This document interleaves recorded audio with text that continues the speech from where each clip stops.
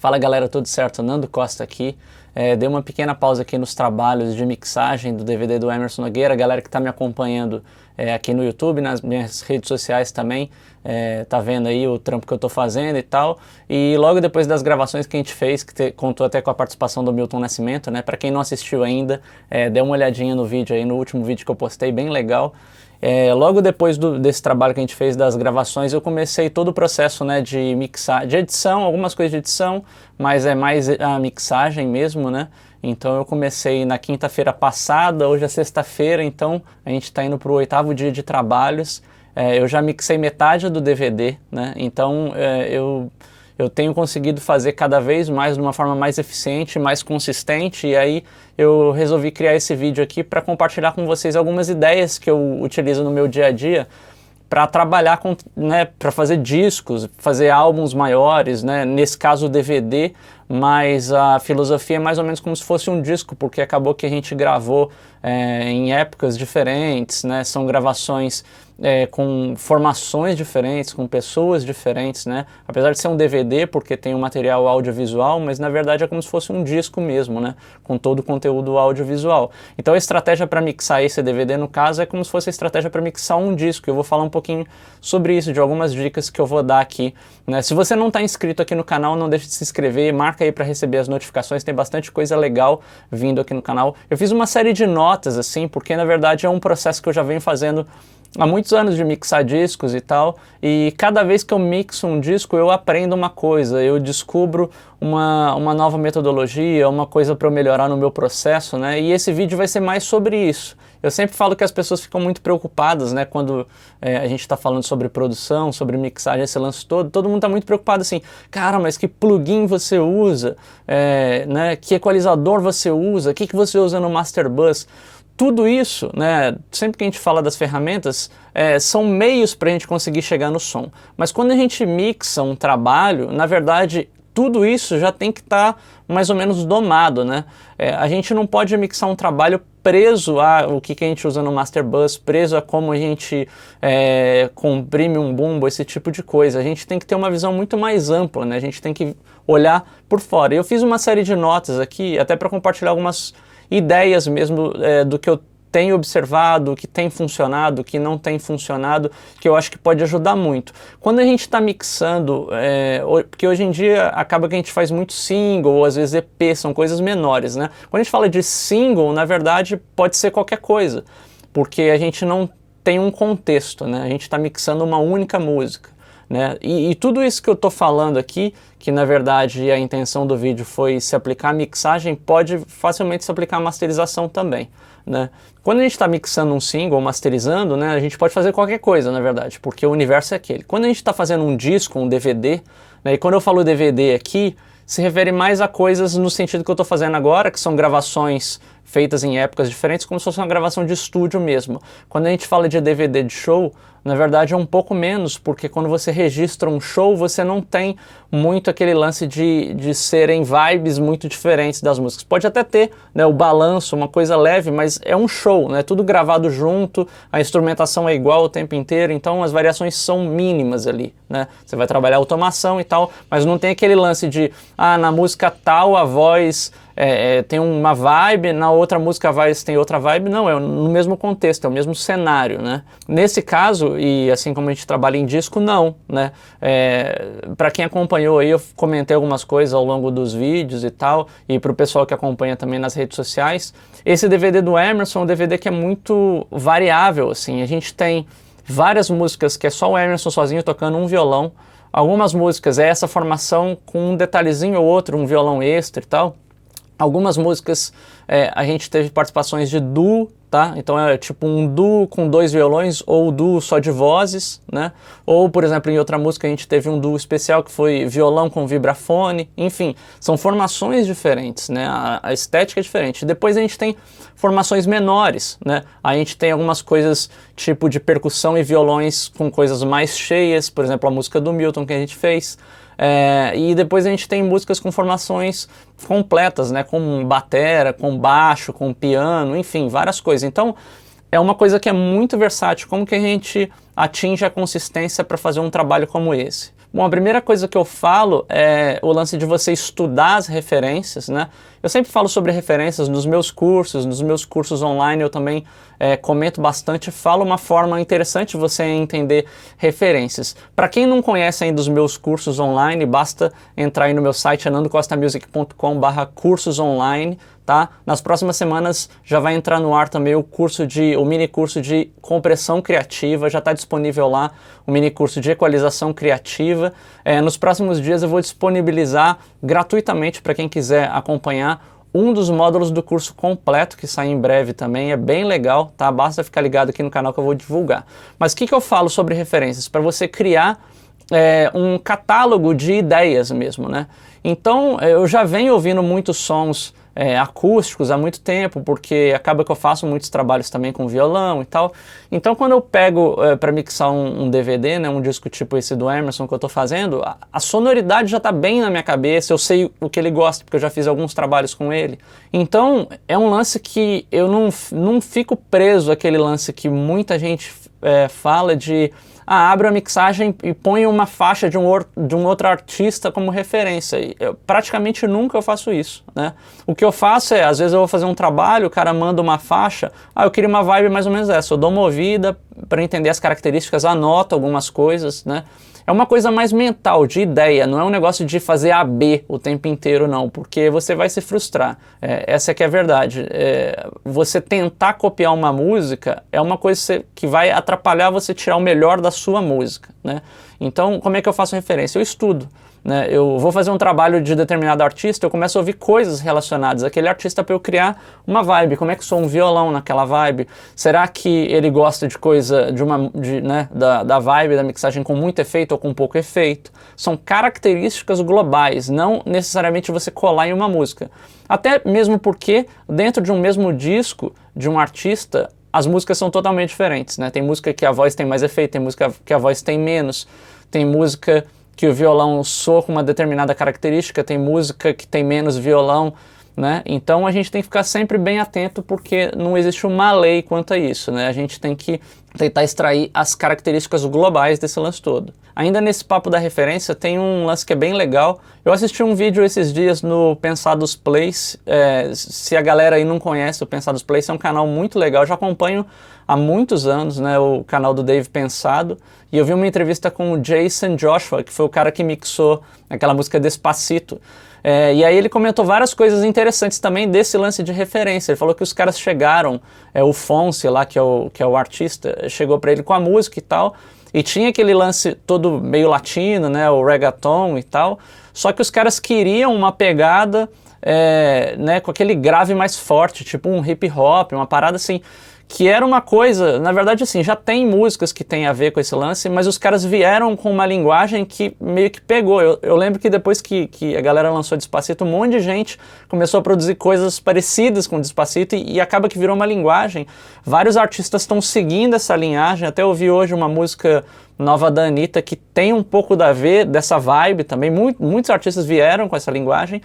E o Jason estava falando sobre o processo de mixagem, né, que eles tiveram uma preocupação muito grande em achar o low-end da música, né? Então, nesse momento, qual que é o lance? Ele falou assim, não, para os caras lá, eles queriam uma pegada, essa música, Despacito, é como se fosse um hip-hop para eles, né? Só que não é um hip-hop, né? Então, como é que você cria essa pegada, esse lance meio latino e tal, com uma pegada mais processada de hip-hop? Então, é uma coisa que não tinha uma referência direta no som, né? Então, se você fica preso a referências, você fica inviabilizado de criar coisas que realmente impactam, né, dentro do cenário musical. Então, o lance é você estudar as referências para você poder criar mesmo, né? E aí, na verdade, como é que eu trabalho as referências? Na verdade, eu não trabalho com as referências, eu crio as referências, né? Então, por exemplo, nesse disco do Emerson, eu adotei a seguinte estratégia. Como a gente tem músicas muito vazias, músicas sozinhas, até músicas cheias, eu peguei um bloco de 8 músicas, que foram as 8 primeiras músicas que eu fiz, e peguei músicas bem variadas, né?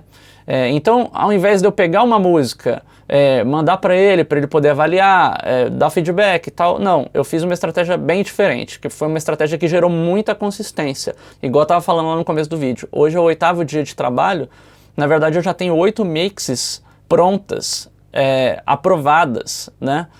Com pequenas alterações, na verdade. Eu só tive um recall das músicas, que foi um recall muito simples. Basicamente, eu quero mais reverb, um pouco mais de reverb nas vozes, e em determinadas músicas um pouco mais de reverb no instrumental só. Foi isso que o gosto dele pediu, né? Então não teve nenhuma alteração crítica. E a consequência desse trabalho rápido foi esse processo aqui, que eu vou comentar algumas coisas. Então a primeira coisa é o seguinte: eu peguei um universo de músicas, peguei uma amplitude maior das músicas, né? E fiz uma primeira mixagem daquelas músicas para eu levantar, né? Tirar do chão, porque acaba que cada música tem uma característica. E aí depois, a primeira coisa que você tem que fazer é, qual que é a música que tem uma representatividade maior, né? Então eu peguei as músicas sozinhas, porque na verdade a maior parte do DVD é acústico mesmo, assim, ou é violão e voz, ou é violão e alguns violões de complemento, né?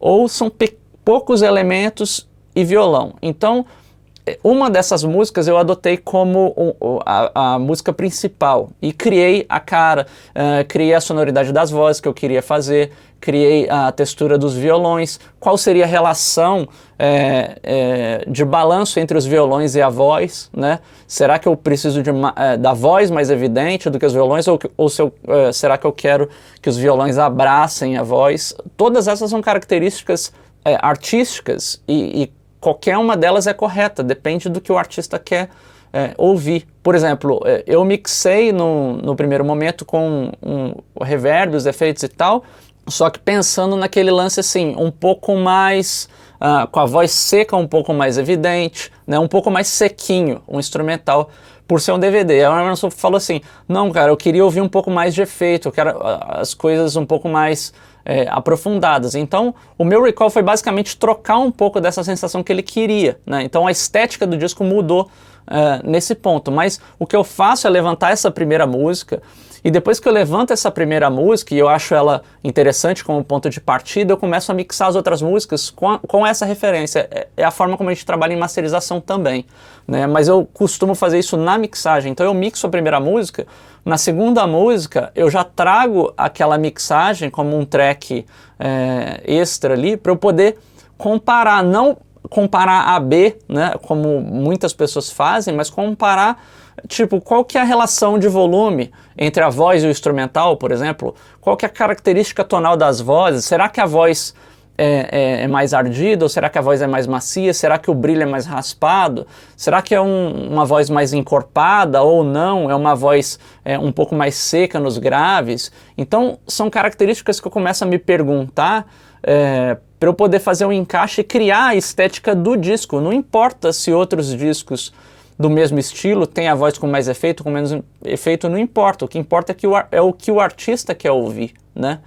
Então, eu acho que essa é a estratégia mais apropriada. Então, eu crio essa mixagem e começo a passar para as outras músicas seguindo. E aí começa a entrar uma questão que é muito interessante. Por exemplo, eu comecei a fazer essas músicas mais cruas e tal, de repente vem uma música com bateria. A música com bateria não tem nada a ver com a música seca. Então, basicamente, eu tive que pegar mais ou menos só a ideia dos balanços ali, da voz, de como soa a voz e tal, e fazer como se fosse uma segunda referência, essa referência com banda, porque na verdade tem, acho que 3 ou 4 músicas que são banda cheia no DVD. Então eu criei uma pequena estética diferente para essas músicas mais cheias.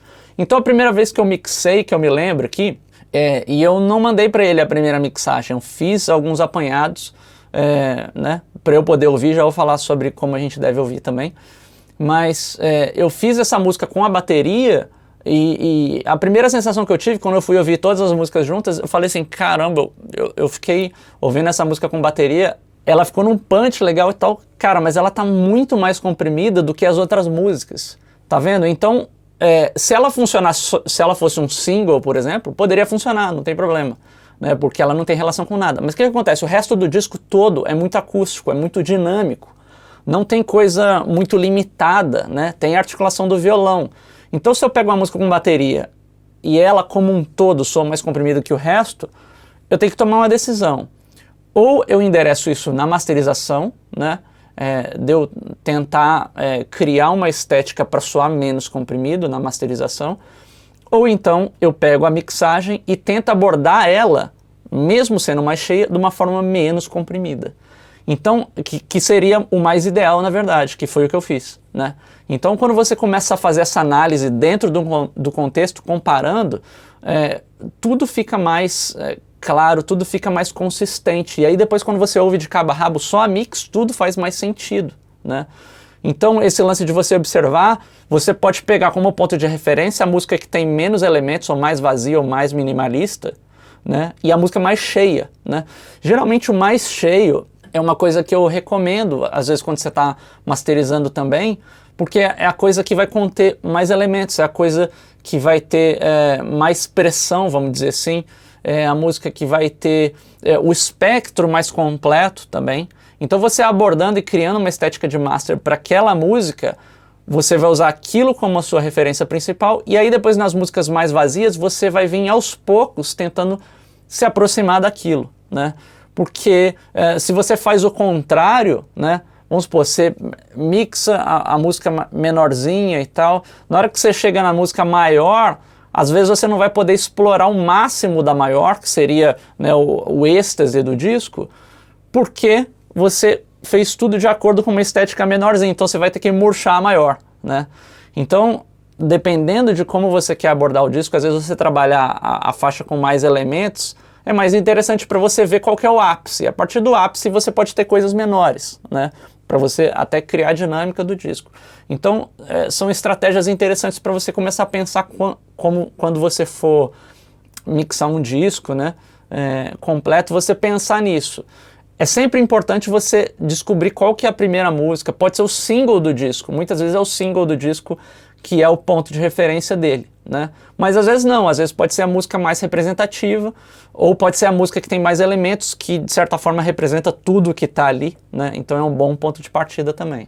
Ainda falando sobre esse lance de você criar as referências, tem uma função que é muito legal no Pro Tools, eu não sei dizer nos outros DAWs porque eu nunca utilizei. Tem uma função chamada Match Tracks, que pode te ajudar muito nesse processo. Como é que funciona o Match Tracks? É o seguinte, vamos supor que você fez a primeira mixagem, você matou, criou a estética e tudo mais. Quando você passa para a segunda mixagem, você pode ir lá no menu de importar, em vez de você importar um áudio, você vai importar dados da sessão, né? Session Data. Quando você clica lá, você tem a opção de importar tracks de outra sessão, né? Ou você tem a opção de clicar nesse botãozinho Match Tracks, que significa você comparar os tracks. Então ele vê tudo que tem na sessão que você está buscando, que é igual dessa sessão que você está mexendo. Então se você tem os violões gravados da mesma forma, se você tem o baixo gravado da mesma forma, a bateria com os mesmos tracks, ele compara e iguala os nomes, né? E na verdade você pode escolher quais propriedades você quer trazer daqueles tracks para a sua nova sessão. Então, se você tem uma mixagem que tem os mesmos elementos exatamente, por exemplo, 2 violões, baixo, voz e bateria. Quando você clica em Match Tracks, ele já vê, ó, nessa sessão tem kick, nessa tem kick também. Nessa sessão tem caixa top, aqui tem caixa top também. Nessa sessão tem caixa bottom, aqui tem caixa bottom também. Quando você clica nesse botão, ele já associa e aí basta você escolher o que você quer trazer. Então você pode trazer todas as propriedades, até volume, automação, tudo mais, e aí você pode desabilitar só o clipping, que na verdade é o arquivo de áudio, né? Quando você faz isso, basicamente tudo que estava na mixagem 1 vai para a mixagem 2. Então quando você dá play, a sonoridade está bem próxima. Não vai estar próxima por quê? Porque é uma outra música, os balanços vão ser diferentes, né? A tonalidade dos violões certamente vão ser um pouco diferentes, o balanço entre bumbo e caixa, né, tons pode ser diferente ou pode ser igual, enfim, mas você já parte do princípio que você está utilizando o mesmo fluxo de sinal, né, os mesmos plugins que você utilizou na primeira mixagem, então você pode facilmente ir em direção desse ponto de referência, porque você está partindo da mesma coisa. Muitas vezes você vai acabar desabilitando vários plugins, muitas vezes você vai acabar trocando plugins, que é comum, obviamente, né? Mas o ponto de partida está ali. Muitas vezes não, muitas vezes o que você utiliza é a mesma coisa. Às vezes os plugins são os mesmos, mas você vai retrabalhar a equalização, você vai retrabalhar a compressão, que é natural, porque cada música é uma música, mesmo gravada no mesmo dia, no mesmo microfone, na mesma sala, take após take, nunca é igual, porque a relação, a mixagem não é o instrumento em si, a mixagem é a relação entre os instrumentos, né? Mas essa função é muito interessante. Eu não sei nos outros DAWs, provavelmente vai ter uma função parecida, porque muita gente às vezes vem me perguntar e fala assim, cara, eu tenho que entrar em cada plugin e salvar os presets e tal. Não, no Pro Tools basta você clicar em Match Tracks, você já traz tudo de uma vez. Você poderia simplesmente importar os tracks, né, e arrastar os plugins, mas com Match Tracks é muito mais eficiente. Você escolhe inclusive os parâmetros que você quer trazer. Se você não quiser trazer volume, você não precisa. Você pode trazer mandada send, ou pode não trazer, pode trazer automação ou não trazer. Enfim, você tem como trazer tudo isso da sessão anterior, que é um lance bem legal. E aí falando sobre a coisa mais global mesmo, quando você ouve as músicas e compara, né? E aí eu dou a dica o seguinte, se você estiver fazendo um disco, você pode até fazer essa primeira música, mandar para o cliente para ele dar uma ouvida e tal, e se tiver ok com ele, você pode de repente desenvolver uma sequência de músicas, né? Porque às vezes até facilita. E aí como é que eu faço? Eu faço algumas músicas, né? Quando é possível, eu faço algumas músicas, eu sempre sugiro você mixar, se você tiver a possibilidade de mixar com vários monitores de referência, nem todo mundo tem, né? Mas eu tenho 3 pares de monitores aqui, me ajuda muito nesse trabalho, e tenho fone também, então na verdade eu mixo com 4 referências, e quando eu finalizo as músicas, eu gosto de dar uma descansada, você pode copiar de repente para o seu celular, botar numa caixinha de som, ou às vezes eu copio as músicas para o iPad, sei lá, vou dar uma deitada, vou fazer alguma coisa, ou quando você vai correr, põe no iPhone e tal. Enfim, você ouve as músicas de cabo a rabo, tá? Mas o fato de você ouvir as músicas fora do ambiente de estúdio é importante porque quando você ouve a música com o mouse na mão, a mesa na sua frente, se você fica olhando para a tela, você ouve de uma maneira. Você ouve de uma maneira tipo engineer mode on, né? Como se você estivesse trabalhando ali naquele momento. Quando você está num lugar que você não tem acesso a nada, você só está ouvindo, você começa a ouvir como ouvinte, que é como as pessoas vão ouvir, né? E quando você ouve como ouvinte, na verdade, aí que você tira os grandes proveitos e as grandes características do trabalho que você está fazendo, tá? Então eu anotei aqui algumas coisas que você pode começar a se perguntar quando você ouve as músicas de cabo a rabo fora do seu estúdio, seja no carro, muita gente ouve no carro também, né? Então, olha só, eu anotei algumas coisas aqui. Primeira coisa que você deve perguntar, né, quando você vai fazer essa avaliação global das características da música. Bom, primeira coisa, o disco inteiro, ele é só acústico, com poucos elementos, ele é acústico com banda cheia, né, ou ele é eletrônico, né? Quando você começa a perguntar isso, características vêm à tona. Por exemplo, se você tem uma música eletrônica no meio de um disco que é todo acústico, né? Tem um disco do Foo Fighters, por exemplo, para quem curte, que é o Wasting Light, que é acho que o penúltimo disco, o antepenúltimo disco, na verdade. Tem uma música no final lá que é um remix eletrônico de uma das músicas do disco. O disco todo é rock, porradão e tal. Então, na hora de masterizar essa música, ela certamente é masterizada de uma forma diferente do que se fosse masterizada num disco de música eletrônica. Porque a relação de harmônicos entre música acústica e música eletrônica é muito diferente, né? Música eletrônica você tende a ter o som muito mais aceso em termos de harmônicos, você tem mais excitação harmônica do que a música acústica de forma natural, né? Então a forma como você deve endereçar, como você deve fazer o equilíbrio dos brilhos, isso vai ser diferente, tá? Ou você amacia um pouco isso na música eletrônica, ou você acende mais na música acústica. Então uma decisão que você tem que fazer ouvindo as músicas de cabo a rabo, né? Da mesma forma que nesse DVD que eu estou fazendo, a gente teve a preocupação assim, tem músicas que são muito minimalistas, que tem poucos elementos, e músicas que são muito cheias. Ou eu pego as músicas minimalistas, comprimo mais elas, faço elas soarem mais processadas, ou eu amacio um pouco as músicas cheias, né?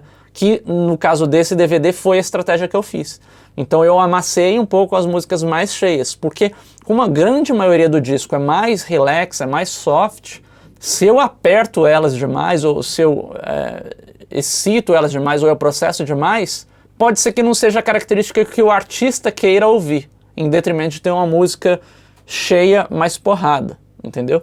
Então é uma consideração que você deve fazer ouvindo todo, ver como que a textura geral vai te agradar, né?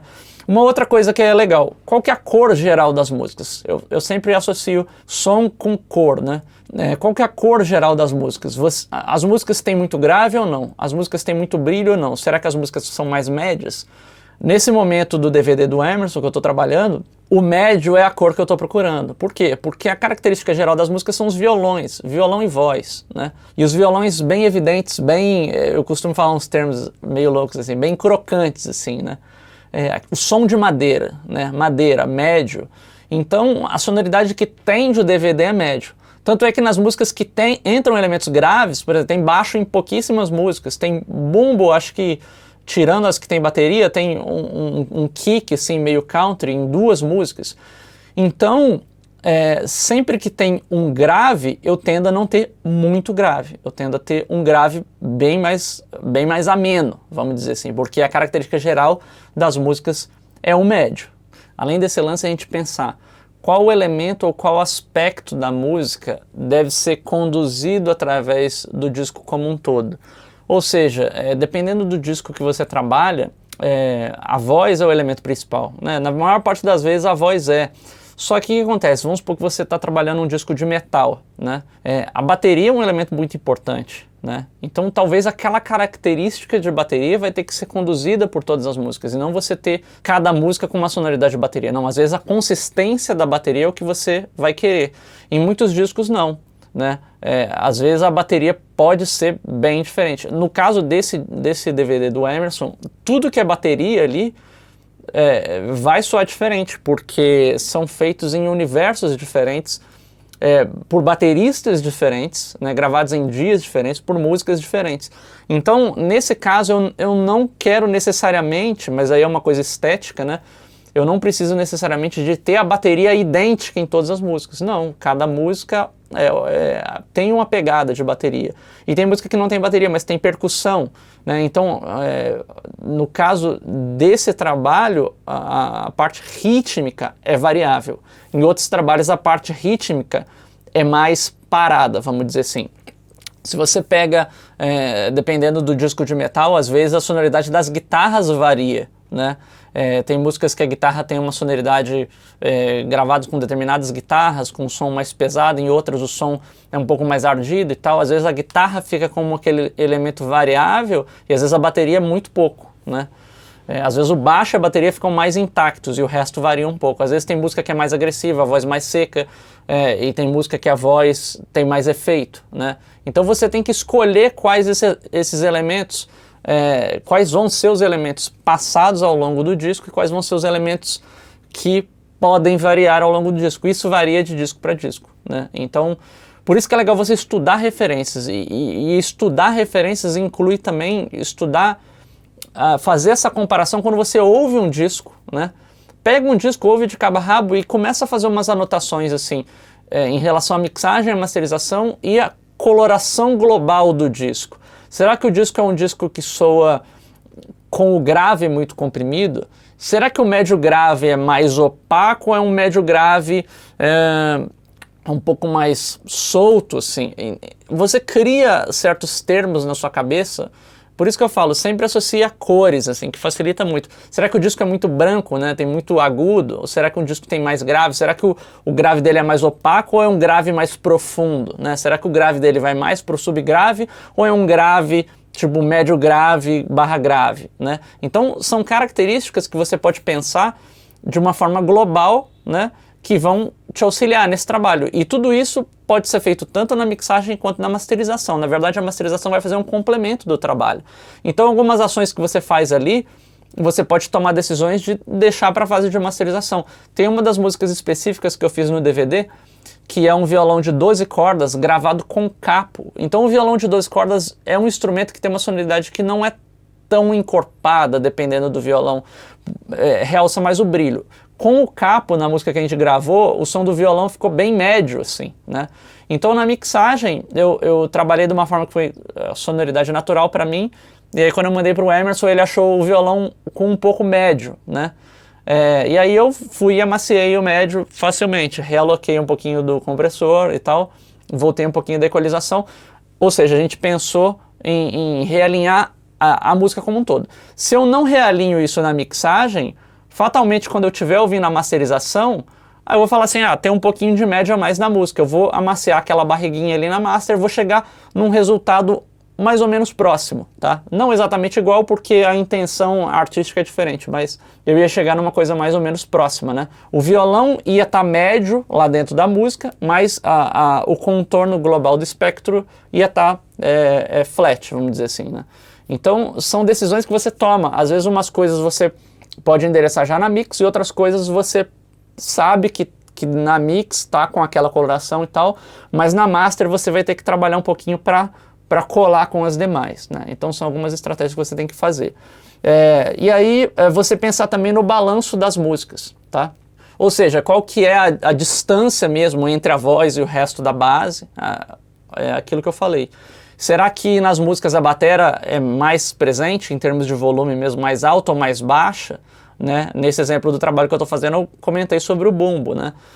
O bumbo é um elemento, né, os graves em geral, o bumbo e o baixo, a gente deixou eles bem mais baixos, porque a valorização do disco como um todo é uma valorização da sonoridade mais média. Então, se em determinada música o bumbo aparece muito alto ou o baixo aparece muito alto, cria uma discrepância assim, espectral e cria um contraste que às vezes não é interessante para a estética do disco, né?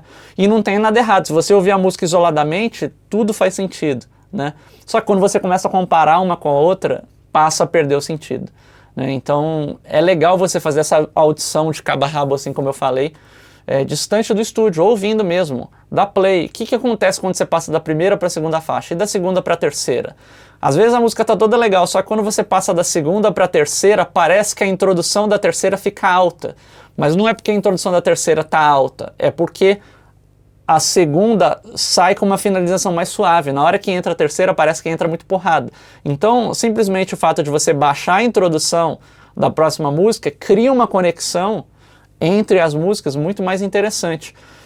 E isso pode ser feito tanto na mix quanto na master, assim como eu estou falando. Várias dessas ações que eu estou comentando, para a gente pensar, pode ser redistribuído entre o processo de mixagem e masterização, quando a gente compreende como é que funciona essa linguagem, como é que os dois processos conversam, né? E uma coisa que é bem legal que eu anotei aqui também no final, a gente sempre ficar atento às mixagens, aos bounces, né, às cópias de monitor, que são as primeiras versões que você manda para o cliente. Você acabou de sair do estúdio, você faz um bounce para o cara ouvir em casa, né? O lance que acontece na maior parte das vezes, né, na maior parte eu digo quase 100% das vezes, é que os clientes, os artistas, todo mundo se apaixona emocionalmente por aquele conteúdo que eles têm, né? Então se você manda um bounce para uma pessoa, e aí você fala assim, vou fazer de qualquer jeito aqui, depois eu vou mixar mesmo e tal, aí você manda. Cara, aí depois você vai mixar. E aí você esqueceu, foi só o bounce e tal, manda pra pessoa lá. Quando você mixar, tem muita gente que fica muito preso a tantos micro detalhes, até as imperfeições, né? Então, você limpa a mixagem toda, tá toda mais cristalina e tal. O cara fala assim, cara, mas a batera do bounce estava mais na pressão. Às vezes o mais na pressão significa que ela tá mais alta, né? E aí, obviamente, quando você for mixar, você vai falar assim, cara, mas essa bateria aí tá nada a ver, ela tá muito alta, aí você já abaixou e tal.